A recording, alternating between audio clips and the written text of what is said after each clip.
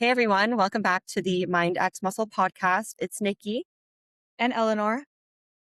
And Brand. today, and today we have Brandon Shan joining us.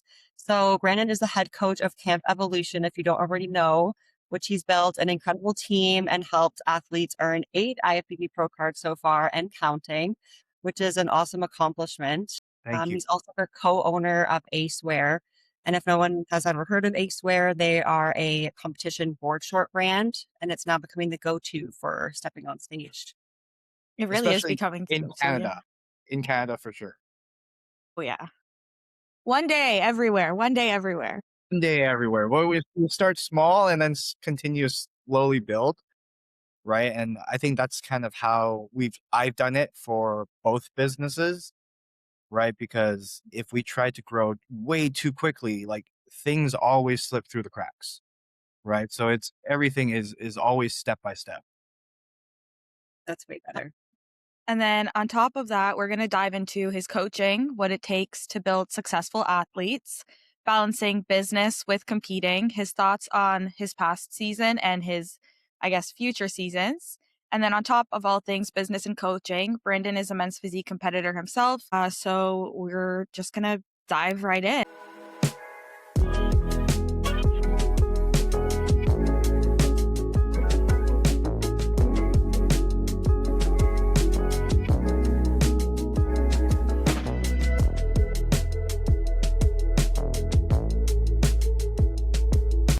Go for it. Yeah. So how do you feel right now, like wrapping up your season? Like how was Japan and your experience there, like coming up to Toronto? Japan was an experience. We'll say that, like my mindset going into Japan was I'm going to win my pro card there. Like everything felt so good going in. My physique felt great. Like digestion was great. Everything was great. Even traveling on a long haul flight, the next morning, woke up, no water was holding. So your body was really good too. Responded so well, and on show day, even the peak leading up to it, every single day I looked better and better and better. Amazing. Right. So I had no reason not to think that I wasn't going to win. Right. Like coming from out of Toronto after a first place win, you're like, okay, let's go. Exactly. Right. Even backstage as I'm pumping up, like all of the athletes, none of them spoke English, which was fine. So it was like harder to navigate, like what to do, when to go, where. But even when I was pumping up, all the athletes were looking at me like, holy shit, like what the fuck is this? Who's this guy? The stage marshals were like, what the hell? But the judging, they had different ideas. Okay. I didn't even place. Didn't place top 5. Don't even think I was 6th in the lineup. I think they had me like 7th out of 8. Wow. Which was confusing, but that's how the game goes, right? I do believe that if it was the exact same lineup at Toronto Pro, I would have won that class, right? Just looking at the photos, looking at like how everybody's physique was, right? So I didn't really ask for feedback. I was What going do you to think ask your feedback was? honestly, no clue. Okay, wow. Honestly, no clue, because I know I brought like better than Toronto, right? I feel like potentially, so other judges like in Canada messaged me and they're saying, hey, like most likely they didn't like your tattoos, right? Because in Japan, it's a big taboo to have tattoos, right? Like Oh my most God. gyms, you cannot even go into the gym if you have a tattoo. I feel like that makes Wow. it so inconsistent though. Very inconsistent, right? So it's like I've never been pushed right to the outside in any show before. So that was an experience. I was like, I'm coming in to win, and nope, you go straight to the outside. They were like, you have marks on your body? Bye.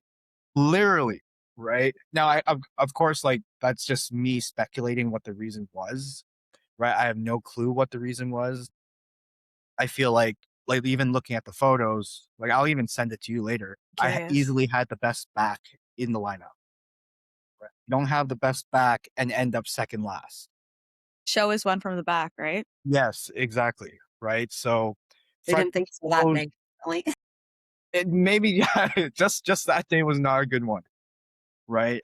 So yeah, I was definitely upset. I was definitely disappointed, right? I think like if it was 2, 3 years ago, I would have like stormed off, pissed, right? Pissed at my friends, and just not talk to anybody. But we made the most out of the rest of the trip. Afterwards, we still went to eat, we still enjoyed ourselves, we still went sightseeing, and I made sure that my friends that came and supported me felt comfortable as well. Because I think that that is a very important part of this lifestyle, important like going forward into your future shows, because you can't let one show dictate who you are, right? Because how you react to things is very important. I So love that you true. said that. Yeah. Because I feel like the way that you uphold yourself, what on social media, but even at the shows, you're always very kind, you're always very humble. And I feel like your energy and your presence, like people can really see that. And I feel like even how your clients are is because of the way that you are. Like they really look up to you. So how do you kind of navigate that, like doing both, competing and being a coach? Because that a lot of coaches nowadays will say, like, I'm not coaching anymore. I mean, I'm not competing anymore. I'm only coaching. So how do you do that? I think for me at least, I think the best way to describe it is it keeps me out of my own head, right? I'm so focused on the athletes that I do have that I don't have time to second guess what I'm bringing. I don't have time to give myself any self doubt anymore, right? I trust my coach. He tells me I'm good. I'm good, right? I'm not over analyzing photos. Like, I'm sure everybody has done this, taken 10 check in photos, pick it apart, and choose the best one to send to your coach. You're like, You I know? don't got time for that. Yeah, it's front pose, back pose, send it. Right? I feel like I have a good system and a good control over like what I'm trying to accomplish with each athlete. I think credit goes to a lot of my athletes because truly their communication is so good, right? It's That's like everything. leading up to the shows, we're talking all day long, right? And it makes my job so much easier because like they're actually telling me things. The hardest part of coaching is not knowing. Communication. Yes, is communication, right? And the best athlete or best athlete coach dynamic is going to be the best communicators, right? And it's built on trust. And I know all of my athletes trust me, right, to not lead them the wrong way. That's why I have athletes that compete in men's physique with me, right? And where some people might see it as a conflict of interest, right? My athletes don't. Which is So I'm much so fun. blessed. Yes, it's so much fun. Now I probably wouldn't coach an A-class men's physique competitor. I feel like that is way too much of a conflict of interest, right? But if they're in a different class, right, then yes, absolutely, right? But, communication is definitely key, and just the way I have our check-in set up, I will probe questions, right, to make them answer me. Good. And you've been doing this for so long too, competing and coaching. So just kind of learning the positives and the negatives and just navigating it for the last few years. You probably have it down. But so it's more of a positive for you than having the clients that you're focusing on because it technically leaves more stress off of you. Yes, that's exactly it. Yeah. And does seeing your athletes succeed almost feel as rewarding as your own placing? It's even better. It's even better, like, when Bella won her pro card at Toronto, like, My God. that was the biggest win ever for me, That it's room was so loud when she won. yes, And the thing is, everybody knew, like, even we talked about it with Jaden, there was no question. Her front pose is money, incredible. yes, like, one of the best front poses I've ever seen, and, like, her runway and her career, like, there's no telling, like, how far she can truly take it because she's 22 years old. Yeah, like, insane, like, And she's 22 she years took old. the time off, right? Like, I think one thing that people see that she won her show, but people don't see that she took a lot of time off. And I remember me and her, we did a booth together for Prep Shop a few years ago. And she Mhm. was like, yeah, I'll compete this year. And I guess she decided not to last year. And I'm like, I'm really happy she took the time off because one, she grew a lot, but you could tell that she even grew like in maturity, the way that she talks, the way that she talks about herself and communicates. Like I really think that taking the time off was needed for her. She looked incredible. Like I was speechless, honestly, when I saw her. And the time off is the most important part, right? Like we all love to compete year after year. Like it's exciting, it's fun, it gives us a goal, right? And when we have a goal in mind, I feel like we're chasing it. The rest of your life kind of gets put together better, Mhm. right? And everything just feels more efficient, right? But that can only work if you're really close to a pro card, right? So I feel like even for myself, like I'm right there. I'm right there. That's why I'm just gonna do one more before I call the season, right? Okay. But for her, like she was, I'm pretty sure Canadian nationals 2 years ago, like second last in her class, right? She was with another coach at that time, completely different physique, but you can just see the muscle maturity just was not there, right? She was she was a string bean on stage. Like a little gust of wind would have blown her away, you know? Yeah. Right? The This extra time time off did her good, like, not only for her physique, but for, like, for her everything mental. whole. Yes, Yeah. everything. Right. And I would say mental work is something that I do with all of my athletes, right? Making sure that they feel comfortable first. Coming to talk to me is very, very important. Right. But also helping them understand the mindset of an athlete is very important as well. It's Yeah. huge. That's Mhm. something that we talk a lot about on this podcast is it's called mind X muscle. So you'd I was think, gonna but say mind next muscle. well, I'm the Right. mind and she's Yeah. the muscle because she's a registered massage therapist and a movement Wow. movement coach. Yeah. Yeah. Right. Yeah, and then I'm the psychotherapist, so we combined. I love that. I love that. But yeah, we do talk a lot about like the mental aspects of the sport. And I say this so often, but the sport is not a physical sport. Like it is, but it's not. It's such a mental game. And I don't know how you are. I personally find off season the most difficult. So taking time off is really, really hard. And I find that a lot of athletes are like that.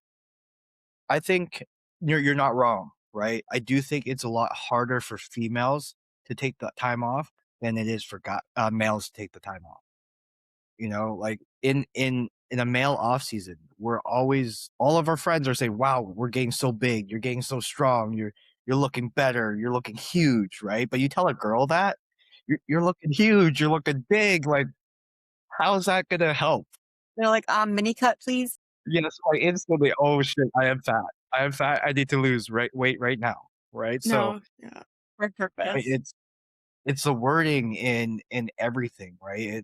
It's how people navigate post show. It's how people navigate off season. That's very important, right? And it's so hard for a female because this sport is based on looks at the end of the day, right? And we see ourselves at peak performance, peak conditioning, right? And for a guy, it's easy to come out of it. We wear baggier clothes. We don't really care. We eat. We own it, right? But for a female, right, it's a lot different. You know, it's no that extra little bite. I'm gaining 5 pounds right now. Like no, like I can see it right around my waist.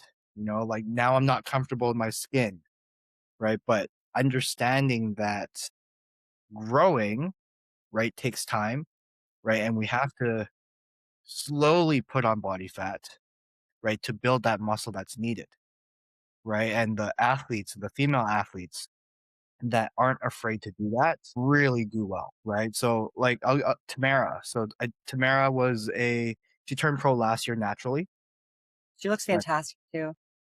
I started with her, so she went through her own bulk and growth phase. Like I don't know if you guys knew Tamara, but she was Who's top Tamara?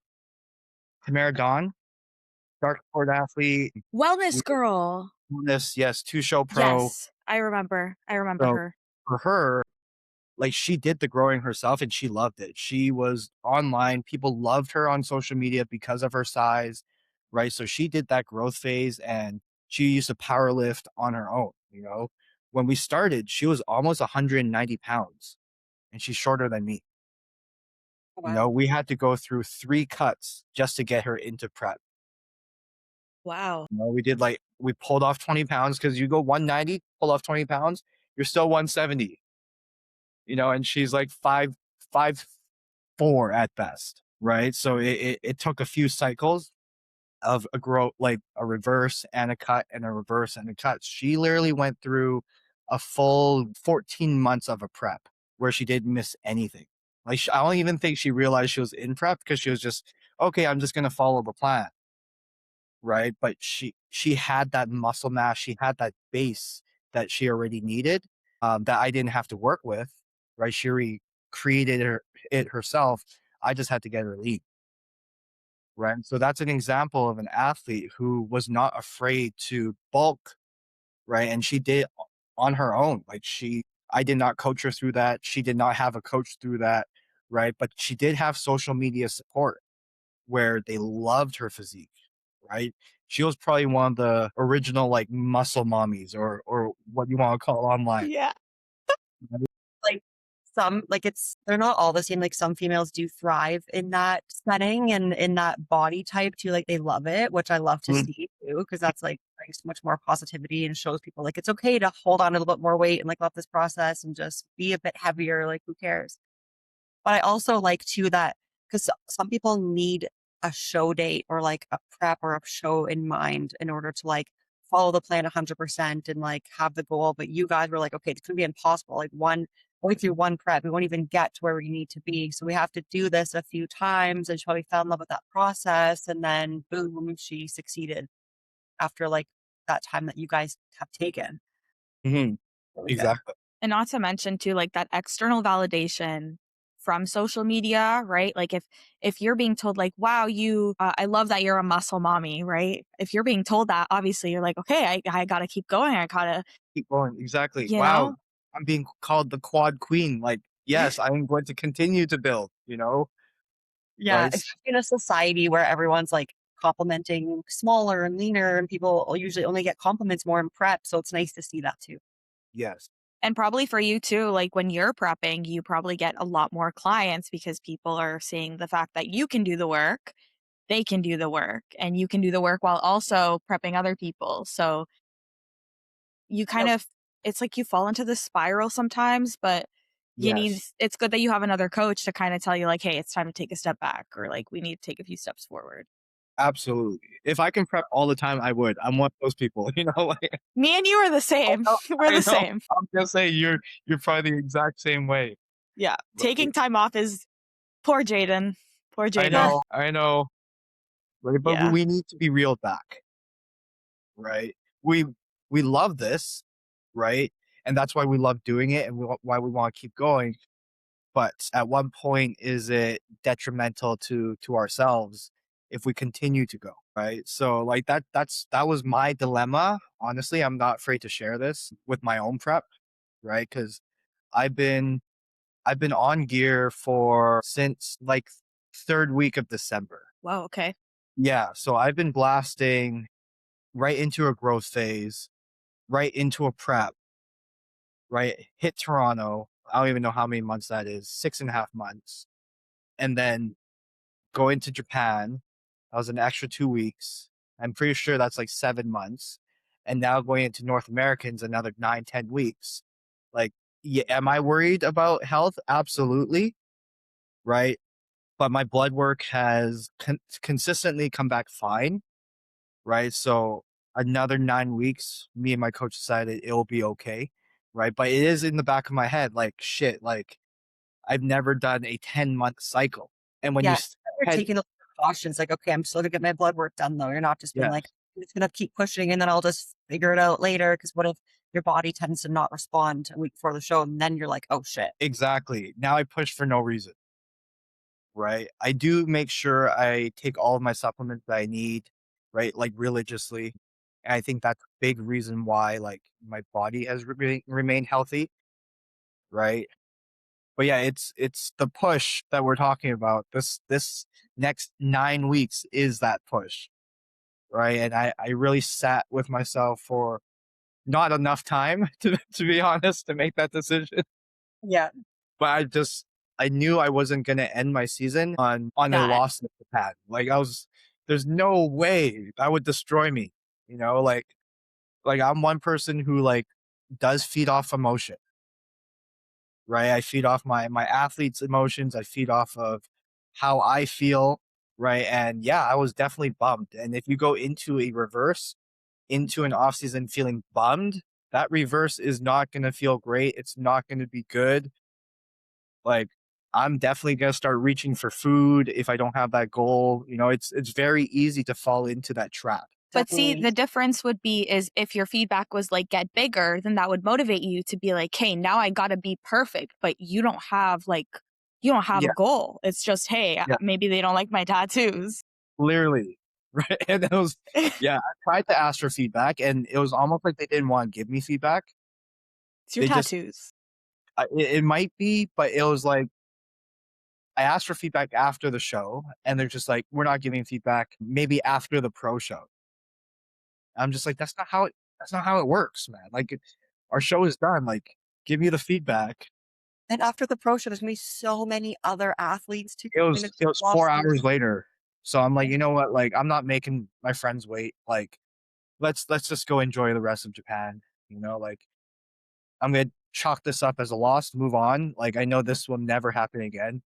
The Japan trip itself was a nice experience, right? How I was very happy with the physique I brought, right? They didn't like it. That's fine. Yeah, so you just say, okay, well, trip to Japan, had fun, you're with your people, you got Yeah. to eat some food, explore. Like, have you been to Japan before, or was that your first time? It was my second time. I went in December and brought my son. And that was really fun. Oh, I But didn't know hey, you had a son. really? I see you posting a kid all the time. So I'm like, oh, I don't know. Nikki, you knew I had a son, right? Did yeah. Yeah, he's 7 years old. He's so Yeah, cute. He's your little twin. Oh my god. literally, he's a little twin. So he turns 8 on the 29th, so end of this month. But yeah, yeah, I have a son. That's so funny. I loved the story. I loved the story when you were gone in Japan. He was getting all his toys together to donate to other Yeah, kids. yeah. He literally packed up the toys that he wasn't playing with, and he's like to his mom, like me and his mom are separated, but he was like, "Mom, like I want to donate these toys to help other people." Like he's the sweetest kid. That's Yeah, so like we don't like he did it on his own. Like he didn't even like we didn't tell him to do that, right? So he's the That's so sweetest kid. sweet. Sweetest kid ever. aw. Yeah. He was Does at your he, show last year. my show? Yeah, at the Canadian Nationals? Nationals. Yeah, he was there. We don't talk about Canadian nationals. That's fair. That's fair. But I'm just saying he was there. Yeah, he was sitting with what's his name? Ryan, Jaden's client Ryan and Jenna. Cooney. Yeah. Oh, yeah. Yes. Yeah, and they're such great people. Like they just let Jaden Amazing. sit there and just play with him right while I was coaching. So he was there though. If you saw a kid running around backstage, that That's was him. yours. That was mine.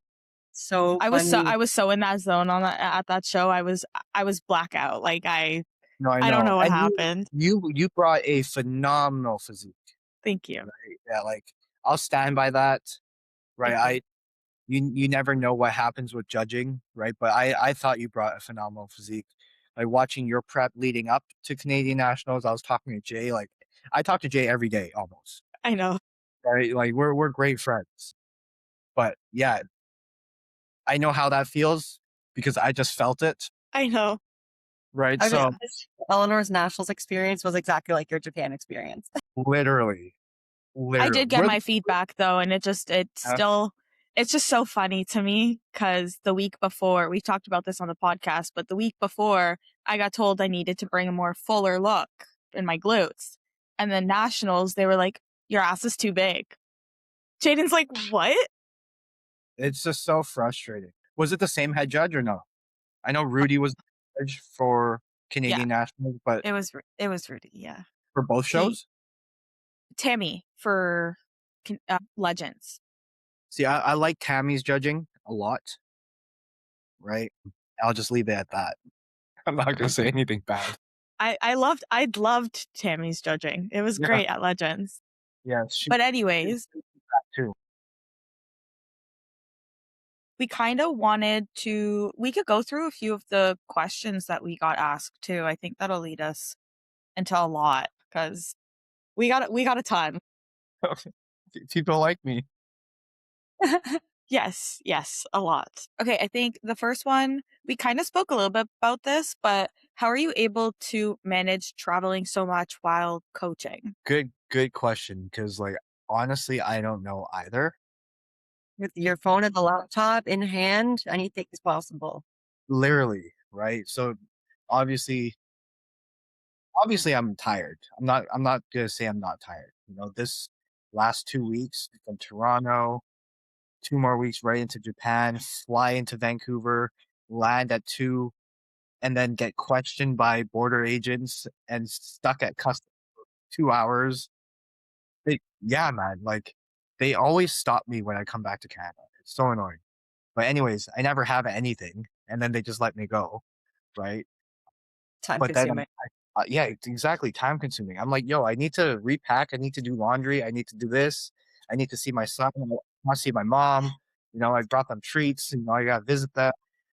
And then the next morning, back at the airport at 6 a.m., flying out to New Jersey, right? So this week, I've definitely been tired. Like last night, for the first time ever, I threw chicken in the oven and literally fell asleep at this desk, like where I am. And I was just like this. And then it like burst into flames and I didn't have chicken breast. Yeah, it was actually, yeah, it was crazy. It started beeping and smoking. And I was like, what is going on? And then, yeah, all my chicken was burnt and on fire. That was You are fun. And that, exhausted. I was a guys, drunk. And that was the first time I was like, wow, I am very tired. Right. So I'm definitely not superhuman. Right. The travel does affect me, but again, communication with my athletes is key. Like that's number one. I'll never not communicate. I'll never not give them the check in. For me, I feel like I definitely have OCD or something because as soon as I get a notification, I need to clear it. And that's So you're how one of I those. Okay.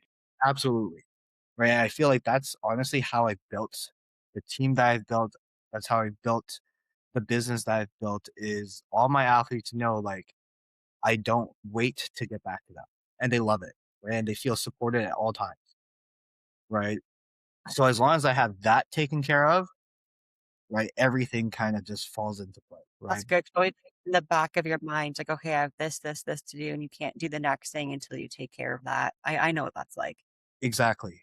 Right. So like I know a lot of people will get flustered with how much they have to do.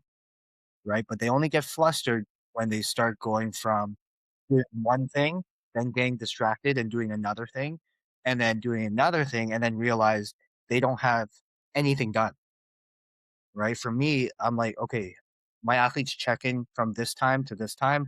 I'm getting all my check ins done. If they're late, I'll get back to them in a little bit while I finish other things, right? But I think sticking to my schedule and sticking to how I like to do things has really helped me as a coach, right? Navigate the travel, navigate the competing, navigate the coaching, right? It's made my life a lot easier. Do you do check-ins like Monday through Sunday? I do check-ins every day, Okay. So you split it right? up like It's little bits and pieces. yes, exactly, right? So it's like if they're not in prep, I have them check in either Friday or Saturday, right? Just because it just makes sense. Like if I'm giving them a free meal, have it on the weekend, enjoy it. Like that's when people want to eat anyways. I had a coach who made me check in on Mondays, which made no sense to me, right? Because I'm like, well, my family dinners and things are Saturday and Sunday, and you want me to check in on Monday? Like that sucks, right? So check-ins Friday or Saturdays for people that aren't in prep. I have started taking like Sundays off from everything, right? To give myself a day. I feel like I needed that. Yes. But if someone's in prep, right? And they needed a check-in, and I personally wanted to see, like, potentially after a refeed, I'll do a quick check-in, just be, "Hey, send me your photos and your check-in sheet on Sunday," but it'll be, like, not too many people, right? But I did learn. I love that clap to give myself space and some time. I call Sundays my family day, the day I spend all day with my son. And even though there is a message that might come through, if it's not important, I'll leave it till Monday. That's good. You definitely need that in order to keep going and doing what you're doing. It took me a long time to let myself do that, right? Because of that OCD and wanting to clear the message. Like sometimes I'll still clear it at like 9 p.m. before bed, just so I'm like, okay, it's done. Well, it's probably Yeah, because you've seen how much, like, what you have put to get to where you are today. To adjust it or change it, that can be a little bit, like, anxiety provoking because 'cause you're like, "What if I take a day off? It's I that's not how I got here." But you also have to think the way that you approach situations in your life is how your clients are gonna be, and if you don't give yourself time and space, how are you gonna be able to show up for them? Absolutely. Absolutely. exactly. And it's only gonna allow you to become and continue to be more successful because you're giving yourself that time. No, you're absolutely right. Yeah. Another question here. Oh, what happened in Japan? We just talked about that. How okay. Do you feel that as a coach, you need to share your life on social media or even as a competitor? Good question. I feel like the whole world is about social media now. There are things that I definitely share all the time. There are definitely that I share all the time, right? I share what I needs to be shared, for example. Right. But does sharing make you relevant? I don't think so, right? Because at the end of the day, we still want our personal life to be personal too. Now, the hardest part about probably the last like 4 to 6 weeks, right, is when me and Wendy broke up. Right, that was hard because we shared our whole journey through social media, Definitely. and I made a post when I got to Toronto, like that we broke up. I'm not sure if you guys saw that post, I did. right? I saw. Right, but it was literally because the first 4 people that I saw in Toronto asked me where Wendy was. Okay. I was Yeah. like, I am not gonna go through a whole show weekend while every single person asks me why Wendy's not there. So, And like, that's in my the head thing, right? Like, people see your life on social media, and then they're kind of starting to see trends and patterns, and they're asking you questions, where are they and what's going on? But you exactly, don't owe every single person a big explanation, so it's good that you just threw it out there like, "Hey, this is what happened, like, just gonna enjoy my weekend, whatever," and then your closest people, you can tell them or share whatever you feel comfortable with, but exactly. I bet it's hard, that pressure of like, "Oh, crap, now I have to explain myself to, like, everybody," which you really don't.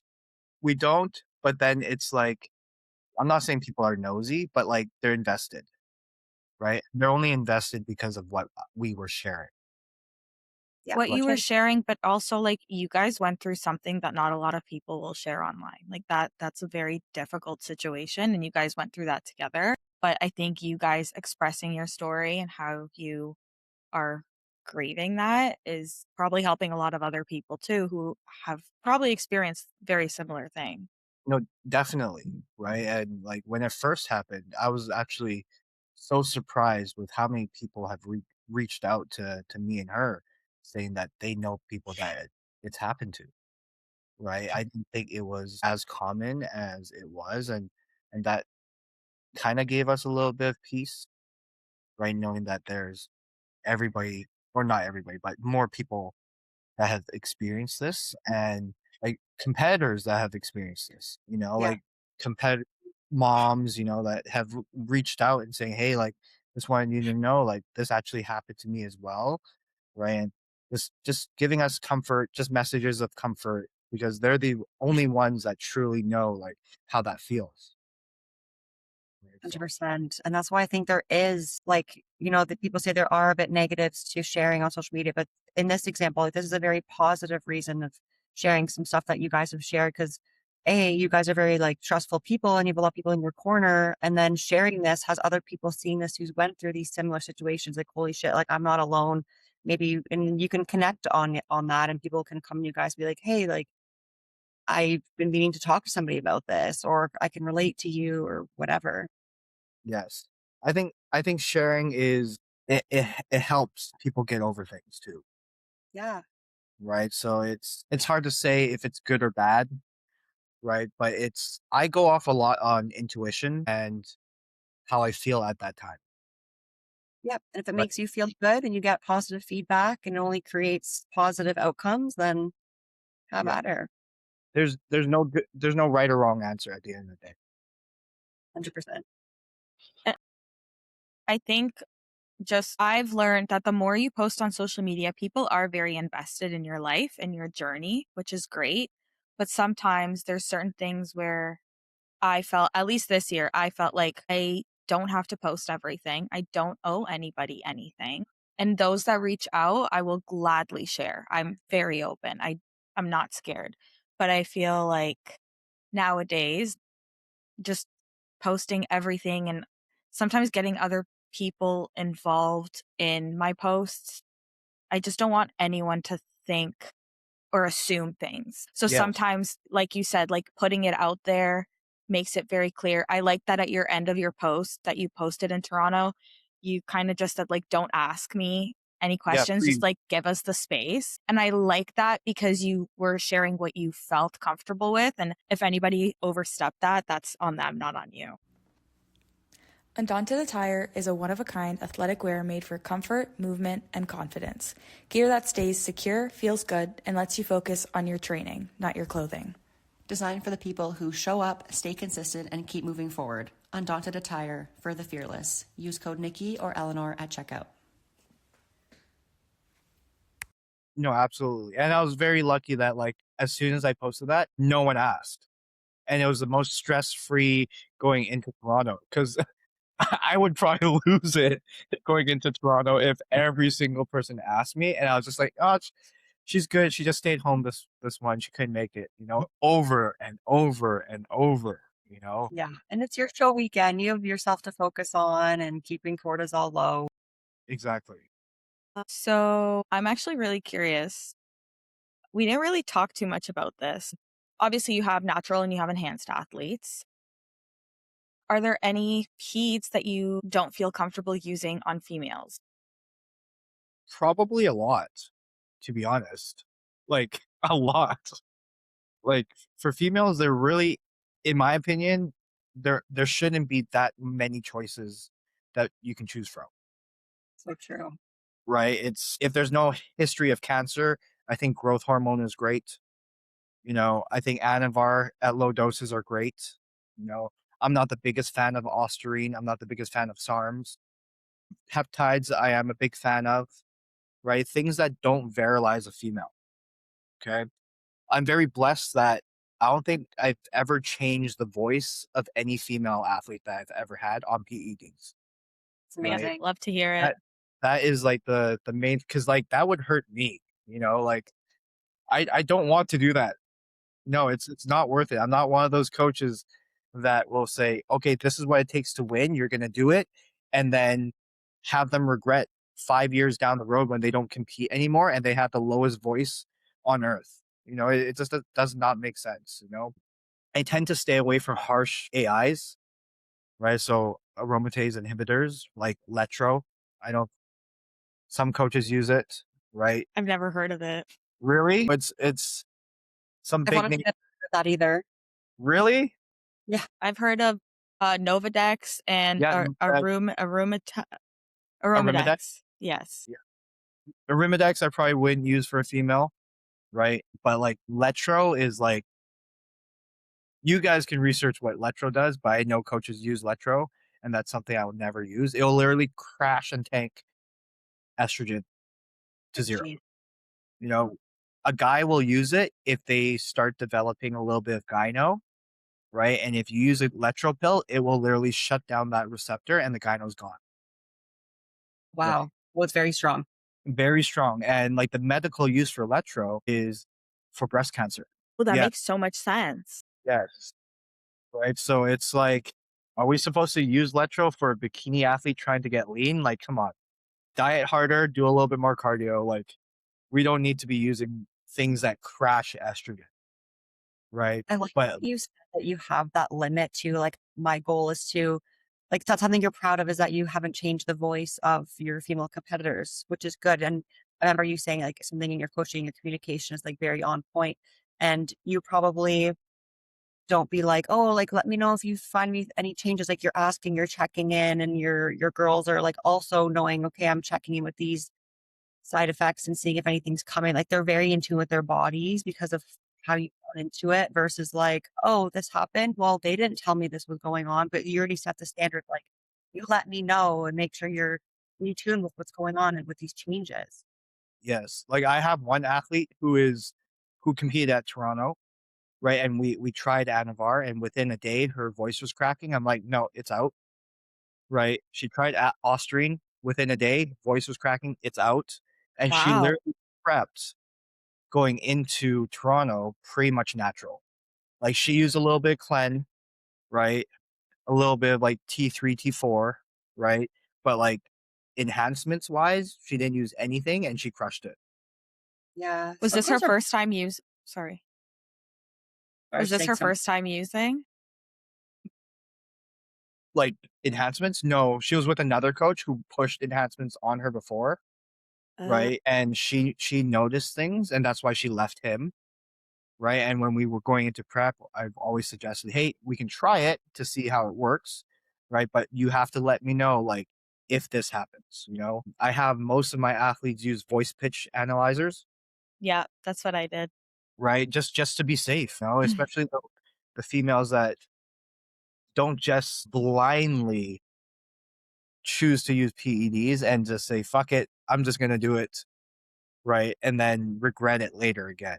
It's the longevity of the sport, but also understanding that this is such a small part of your life that it could take 3 to 7 years of your life, but the rest of it, like, how are you going to navigate that when you're a grandma, and you're talking to your grandchildren like a guy, like, hey kids. Well, my yeah. biggest fear is career-wise, right? Like when I'm a therapist, so Yes, communicating with my clients, I laugh yes, about this all the time. Like imagine if my voice was super, super low, how am I going to be able to regulate you? I can't. I know I exactly. can't. I know I can't. No, So, because their focus is going to be on your voice, and they're going to be like, what am I who am I talking to? the No, it's voice so and the face doesn't match They up. don't match. They don't match. You're gonna have to be like off screen and be like, "Yep, you're just my camera doesn't work." yeah. No, we talk about that so much in this podcast too, especially like females taking stuff and just what it looks like for their future, wanting kids and all that sort of stuff. But it's good that you don't just be like, oh, well, they never told me this was happening. So like, oh, guess we'll pull it now versus like, okay, you're always checking in. I find that so important. If Have you ever there wish- been any, just because we're on this topic, have there been any times where a female in particular, I know this happens with males pretty often, but a female has been like, hey, I want to do this, and you say no, and they say like, okay, bye. Like they decide to like leave you as a I've coach because of that? I've been very lucky that it hasn't happened to me. Okay, that's good. Very, very lucky. I have some younger athletes who will ask me about gear, and I'm like, "Hey, like you're 20 years old. I don't think we need to use that yet. Like, let's take our time to build and properly bodybuild." Right? And they're receptive and they understand my intention behind it, so they haven't left me. Right? Because the last thing I want to do is virilize a young athlete, because virilization always also comes from the duration of use, right? You can use 2.5 to 5 milligrams of Anavar, and that won't do anything for the first 3 years, right? But once you get to 5 and 6 and 7, and this girl is still only 26, 27 years old, it's going to change your voice eventually. I always tell my athletes it's like a rubber band, right? The more you give it, the more you tug it, it's gonna snap one day, right? And when it snaps, there's no fixing it. It's done. Your voice is done, and it's I can't fix it, right? Doctors can't fix it. You could potentially do some vocal cord training, but like that's about it, That's it.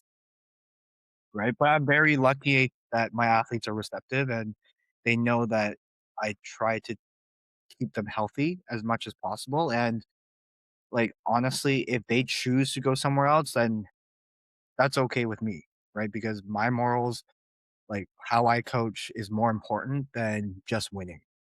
Yeah, and you stick to that. Yeah. Absolutely. We had a question related to training. On Cues track. you'd give one to elongate their tie-ins. So I guess make them longer. Say that one more time. I think there was like a motorcycle that like drove by. Yeah. Excuse me, motorcycle dude. I'm trying to okay.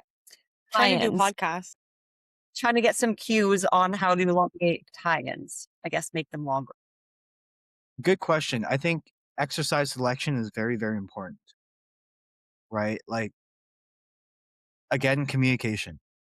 Okay. So I work closely with Corey Lindner, right? He programs a lot of my athletes' stuff. Those that don't want to pay the extra fee for his programming, I program, of course. I love programming. I started my career as an in person personal trainer, right, for the first 8, 9 years. But communication is key. Okay. Execution on training is key, right? And if we're trying to elongate the tie ins, we have to understand how it has to feel, right? So something like as difficult as an RDL. And I say difficult because an RDL is very difficult to execute, understanding how to feel it, where to feel it, right? But also understanding how much stretch you need to have right before coming back up is very, very important, right? So number one, if the athlete is not feeling it where they should feel it, and if they're talking tie-ins, right, then that exercise needs to go, right? If you do a year of the same exercise but don't feel it, we just wasted a full year of trying to develop it, right? So understanding which exercises work, how it should be executed, right, is very, very important, right? I use Bella as an example because her tie-ins were like she did not have great tie-ins when she first started with me in February. Her her training changed so much from February all the way to June. Right? She came over to Vancouver. She did a 2 week like training camp with me, right? And we picked apart everything, every single exercise, right? And the most common thing with most athletes is going too heavy, right? We see it all the time, Oh, yeah. why is Laura Lee hip thrusting 1 plate, 1.5 plates? And then we have amateur girls trying to hip thrust 3 to 4 plates. It's like, sure, you might be strong, but what are you actually using to lift the weight? How much glute are you actually engaging? Yeah. Exactly. Are you actually using your low back? Are you actually using your quad? Is it more hamstring? Right. So we pulled down all the weights for Bella and reworked it all the way up. Right. Understanding exactly how it should feel on every single exercise. And that's, I think, one of the biggest reasons why her physique continues to develop, even going into her off season. Like we changed everything. I love that. It's huge. It's so hard. Training like is probably the hardest thing about bodybuilding. Like everybody says, "Oh, it's so easy to train. You're just gonna follow a program, right?" But how you follow the program is very different. You know, you can give athlete A, athlete B the exact same training program, but how they execute it is going to determine like how well they do, like how well their physique develops. Right? Athlete A can be going balls to the wall, every exercise to failure, right? As heavy as possible. And then B, actually using mind muscle connection, slowing down the tempo, actually feeling it in their muscle and exhausting their muscles that way, right? And that athlete B is always going to excel much faster in a shorter time frame than they do for athlete A. So true. And we 100%. all have a little bit of ego, and that just needs to Oh, yeah. be at the door on your way in. Yes. Even for myself, like I film all of my training for the last 3 to 4 years and I had no back. My feedback every year was your back needs to come up, and I did the exact same thing. I was like, hey, Corey, we're going to pick apart everything. I need to understand why my back is not growing. And it's because I was going way too heavy. You know, I don't train arms. I haven't trained arms in 3 years, but I have big arms because I'd never executed my training properly. On every pulling exercise, I would use my bicep, but I wouldn't use any of my lat. Makes sense. right? And now I'm actually using my lat and my back is actually coming up, right? But that's only because I pulled down easily 60% of how much I used to lift in terms of weight, right? And everything is about feeling every single rep now. And with that too, like it's good that it's more so execution is literally everything because some people might see that like, oh, I must need a new training program. I want to look like this pro. I want their exact training program. But just because you're following so and so's training program doesn't mean you're going to look like them. It all comes down to how you're going to be executing it. And everyone's body's different. We're all going to need different things. Like I've had so many like people in the past, like, oh, like I just want a copy paste of your program. Can you send me it? Like I want legs like you. It's like you can do my exact same program, or I can do Francielle's or Issa's exact same training program, but we have two totally different bodies. It doesn't mean I'm going to look like them or you're going to look like me. Like it just doesn't work that way. Exactly. And again, like how you feel it in that exercise is so important. So important, right? Even for me, like I've been running the exact same training program for over a year now, right? If it's working for me, there's no reason to change it. It's continual progressive overload, right? So it's like even coming out of Japan, like in my head, I was just like, I was gonna ask Corey, I was like, do I need a new training program? But I didn't ask him because I know the answer. It's no. I just need to continue to do what the basics and continue to do what's made me successful over the last year. Do you enjoy getting your training from Corey? I do, right? I do. But also like it hasn't changed, right? So I don't know how enjoyable it truly is, right? Like he created a program that works for me. That's the most important thing, right? I send less and less videos to him because I know I'm executing it correctly, right? Because my physique continues to improve, right? But he's really good at the exercise selection. He's really good at understanding what the body needs in terms of exercise and how he places the exercise sequencing is top notch. Mhm. Right? He knows like when I should be hitting this after which muscle group, or like we start with this back exercise first for a reason, right? Before I do a second one, right? That exercise sequencing, like not a lot of people understand how important that is. And he just has it nailed. He just knows. There's a purpose to everything. I'm more so asking because I think I reached out to him and I was like, do I do it? Do I not do it? Do I do it? Do I not do it?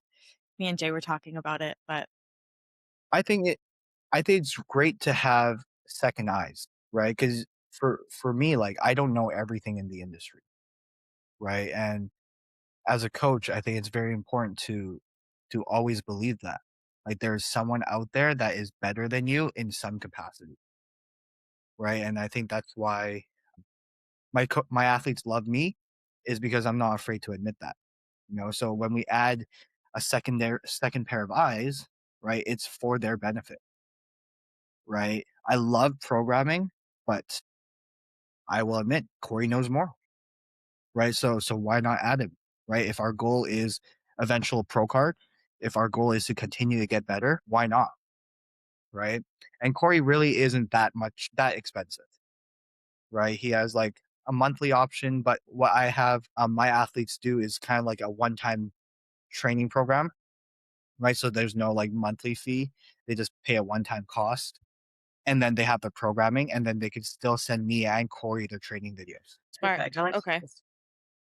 Yeah. I like that. I definitely recommend it. Shameless plug for Corey. He's one of my best friends, but like he hasn't gone wrong, right? And if you look at his trajectory of athletes, like they just continue to improve, Yep. They really right? do. They do, you know, it's like proof is in the pudding, It's something that he right?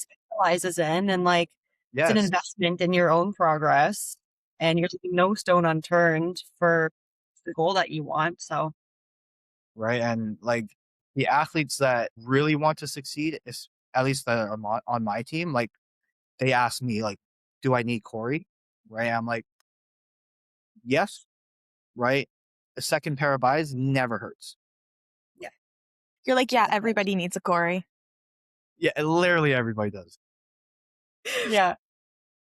So, just wrapping up this last question. So, you mentioned you were training in person for a few years back. We just want to ask, how did you start coaching? So, and is there a niche that you think you have? So, did like starting personal training kind of got you just growing into that, or? Definitely. So like right out of high school, like I knew like I wanted to be in some capacity of training, right? This is like way before bodybuilding, you know. So I originally wanted to train Olympic teams, like sports teams. I wanted to train athletes because I came from an athletic background, right? And then I realized that there's just no opportunity in Canada literally for that. Like in the States, they have high school trainers that get paid. Like they have college, like so many colleges, you know, Div 1, Div 2, Div 3, like everybody's getting paid. But in Canada, where we have like 13, 14 universities, like there's just no money in it. And the Olympic teams, like they don't invest into it. So then I was like, you know what? I'm just gonna work at a gym that was called Steve Nash Fitness World and Sports Clubs. Pretty much another Good Life, right? But Okay. in BC, right? And it was just in BC. And then I slowly kind of developed my skills through that, training people in person, right? And then I watched Jaden's mom, so my son's mom, do her first bikini show, right? And she started competing 2015, right? Jay actually coaches her now. Oh my God, I literally, sorry, that just hit me. I did know you had a kid then. Yes. Yes, okay, sorry. I just put like a bunch of little puzzle pieces that were in my brain together. Yeah. And Okay. you're like, I was ding. like, oh, okay. Yeah. So Jake is coaching her, but she's Yes. actually the one that brought me into bodybuilding. Wow. Yeah, she did 3 shows before I did 1, and I only did it because I wanted to see, like, as a partner, like, what it entails, you know, like because I was that boyfriend who wasn't the most supportive. I'll be completely honest. Love You the know, honesty.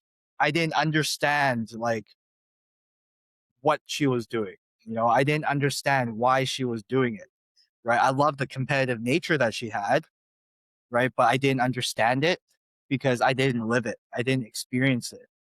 Right. And as soon as I experienced it, I fell in love with it. Right.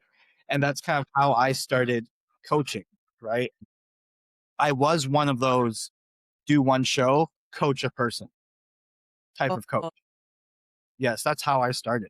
Right. I know. Right. But again, look where it led you to.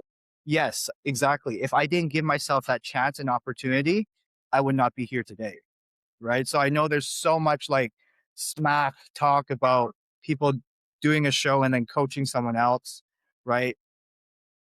Do I agree with it? Absolutely not. Because as soon as I coach that one person, I'm like, yo, there's no way I'm coaching again. Like this, I'm just not good enough. Like, no, I'm not doing that. Right. And then I start into mentorship and finding mentors and paying mentors into teaching me. Right. So I guess online coaching really started when COVID hit. Right. Because I used to train 8 to 9 people a day, right? And that was like my income, right? As soon as COVID hit, it went to zero, right? And I was like, well, I need to figure something out because I have a 1-year old at home and I'm like, and I'm not making money and I'm deferring car payments already. Like, what is this? Like, this is crazy, Yeah. right? And then I got very lucky. A guy named Don Lam. I'm not sure if you guys know who Don is, but he runs I, DIY Body.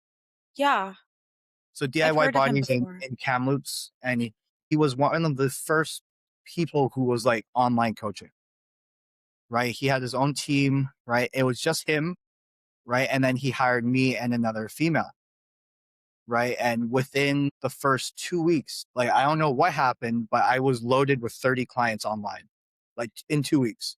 And that was like unheard of, right? But it only happened because it was during COVID and people needed home workout plans. They needed to something to work towards, right? And then I slowly moved into competitive coaching, coaching more athletes, less lifestyle, and then now here we are. Yeah, and then like each year just gets kind of better and better, which I'm very blessed about. And the enjoyment of coaching, the enjoyment of bodybuilding continues to rise, right? So I'm very happy doing what I'm doing. So when did you switch to camp? Camp, me and Charmaine's in the other room right now. We created Camp Evolution after a horrible experience because we were on the same team. I left DIY Body because I needed to learn more. Right. It was very stagnant. It was just lifestyle. And I knew I wanted to compete. I wanted competitors as clients. Right. So I'm sure you guys know on Instagram, David Dimasquita, Dynamite D. Right. He kind of poached me from my last coach, which is still my current coach. Right. And he kind of half mentored me. And then I realized that without saying anything bad, that he didn't know everything that he was talking about online, and he was a better influencer than an actual coach and mentor. Right. So our whole team that was under him left and we started Camp Evolution together. Oh, so that's how that. Okay. Yes. Right. Literally everybody left at the same time. Like me, Charmaine, Jess Liu, I was going to say Jess. Jess, like everybody, the whole team was like, and Jess was with him for like years, 3 years. He put her in the hospital. I'm not afraid to say that on here. Like he put her in the hospital, just because of his own protocols and what he thought was right, and we knew it was wrong. And as soon as that happened, we all dipped, no, like what he preached online was not what he was doing for his athletes. Right. Wow. We all literally felt like experiments ourselves. So I see now why you're so adamant about the way that you treat your clients 100%. is because you literally watched one of your best friends go through that. You watched your experience go Even through that. myself. Yeah, that's Right. insane. I'm so Yeah. sorry you guys had to go through that. But again, it's like without that experience, I wouldn't be here and I wouldn't be the coach I am today either. Right. So it's not grateful for that experience, but kind of yes, because I feel like every experience leads to something better. Right. And molds who you are as an athlete, as a coach, even as a person. Right. And it's up to the person to understand like if it was good or bad, and then figure out what to do next from that. Exactly. You could take that and be like, okay, now I'm going to take control and make this a whole different experience. Yes. And that's exactly what we did here at camp. You could tell you guys are growing. Yeah. I love seeing like the culture of you guys too, like everything online, like even not being in your guys' presence or like at shows with all you guys, like seeing everything online, I can like feel the energy and it Yeah. just feels so good. It's so fun. Biggest thing is like, I don't coach bad people. Like they're all such good people. And good people attract good people. Like it's a whole circle. Yeah, it's like I don't have anybody on my roster where I would be like, I don't like that person. Right? It's just like it can happen. Like before, when I was coaching lifestyle, and they were talking about all their problems with their spouses, I was like, I can't do this. I hate this shit. I'm not doing this for long, But now, like, it's just full enjoyment. Now you send them to me. Yes, absolutely, 100%. Oh, that's great. So what's next now for you in Camp Evolution? Like what's something you're excited about over the next year or couple of years, even for like Evolution and Aceware too? Like what do you guys have in the works? Honestly, like, I hate thinking about that. Only because it's like I love living in the present. Which is right. Which is good too. Yes, and understanding that everything we've done so far has led us here in the most positive, best way.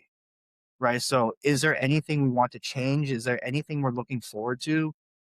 We're looking forward to getting better and consistently getting better. Right? But we're also looking forward to being in the moment. And I tell my athletes all the time, like, hey, like you never know when you can prep and not prep ever again. Right? So like Charmaine, she's been out of prep because of her experience with David. Like she's had consistent health issues since then. And she was a national competitor in the States. And she has not been able to get her health back online because of that experience. Right. So we just never know what can happen on any day. So enjoy what we can do now. Right. And just let that carry you. Right. Let that carry you forward. Like let that enjoyment carry you forward. And that's why I tell my athletes all the time. I love this. And then for Aceware, it's again, just start small, you know, like we started it last year and now we're seeing more and more people wear Ace wear. We're very passionate about it. We started Ace wear because we were so upset that it was so expensive to wear shorts. Like expensive for us. Like I'm not comparing it to bikinis because bikinis are just outright ridiculous. Maybe we'll start making bikinis and make it half price or something to help Oh out. my God, you guys should do some female stuff, honestly, or even We can start with the try. fit model stuff. Yeah, we can try, right? But it's Acewear is like me and Bavi's like just we love it, right? And we just created it because we're like we're tired of spending $150 to $200 on one pair of shorts. You know, like we I like price our shorts at like $85. You know, and that's yeah, and that's without like the tariffs that will come in now. You know, it just we do our best to save people money, and that's what we want to do. You know, we I understand will. that we understand that this sport is so expensive already. Like why do we need to spend so much more for different things, right? So we're trying to bridge the gap from athletes and people that can't afford it, right? But also still give a quality product. yeah. And you got to keep it consistent too. Like I feel like there's so many different styles now with the board shorts and stuff. But I like the style that you guys have going on. Thank you. Okay, so before we really wrap up, we always like to leave someone with something they can take away when they watch the episode. So, whether someone's a competitor, a coach, a business owner, just chasing any sort of goal, what's one piece of advice you'd want to give them? This might sound like so cliche, but I like truly believe it. It's like just don't stop.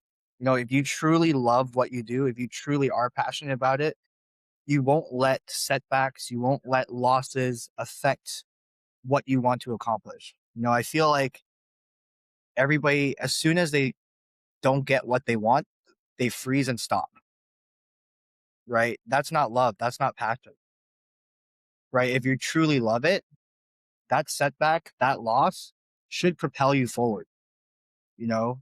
And if that loss makes you realize that you don't love it, that's okay too, right? Find something else that you love and go 2 feet in and dive straight into that, right? Because like in this life, like if you don't have something to cling on to that you truly enjoy, like what's the point of living? Yeah, at least in my opinion.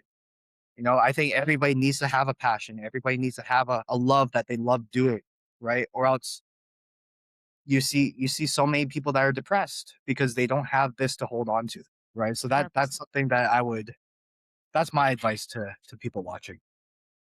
I love that. That's Amen. amazing. Thank you. Wow. The ones in the back. Well, thank you for having me on this. That was really Yeah. fun. Yeah. Of Thanks so much for coming. course. Congrats again on your season. What you have coming. 9 weeks now, you said, till Vancouver? Yep. No, North Americans. Or not North American. Sorry, not Vancouver. I We're think not doing. Vancouver like 4 weeks, right? Yes. That'll be a great show. Yes. And then I guess every time I come out to Toronto, I see you guys. So I'm Yeah. excited. I hope Yeah. Nick stage again I don't one know. day, Maybe. one day, right? I know Eleanor, you're going to step on stage eventually when you're ready. 2027, I'm coming back. I'm telling myself I'm done waiting. My waiting is done. I love that. Yeah. Keep doing your time. I Yeah. love that. Yeah. But Yeah. thank you so much for taking time. I know you're so freaking busy, so thank you so much. We really appreciate it. And I know everybody listening and watching is really going to appreciate your energy and all your feedback. So thank you. Thank you for having me. Like it doesn't matter how busy people are. Like if you love it, like you're gonna make time for it. Right. And this is part of something that I love. You know, if I could share, if I could inspire, if I could help one person watching this, it makes me happy. Right. So thank you again for having me. No Yeah. problem. It was nice seeing you. Hey, it's Nikki. Hey, it's Eleanor, And welcome back to the Mind X Muscle podcast.